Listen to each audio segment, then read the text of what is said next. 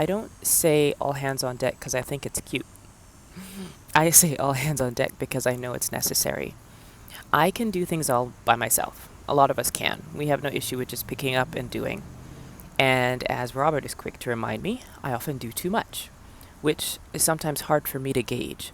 But one of the things that I know helps me know if I'm doing too much is how much I'm doing by myself. If everything I'm doing is alone, or if, I don't know, even 50% of what I'm doing is alone, it's too much. And I need to share.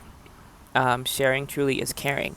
Um, us getting into the life of our church all together is discipleship. It's being the hands and feet.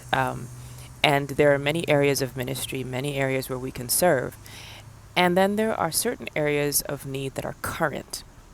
And so I would love for you, if you haven't already, check that sheet of paper you received on Sabbath with the bulletin, check the bulletin board down the hallway, check the newsletter so that you know exactly what the current needs are and how you can serve. And please don't just look for the opportunities that are on Sabbath. I know that because of your schedules, that may be the easiest thing to do.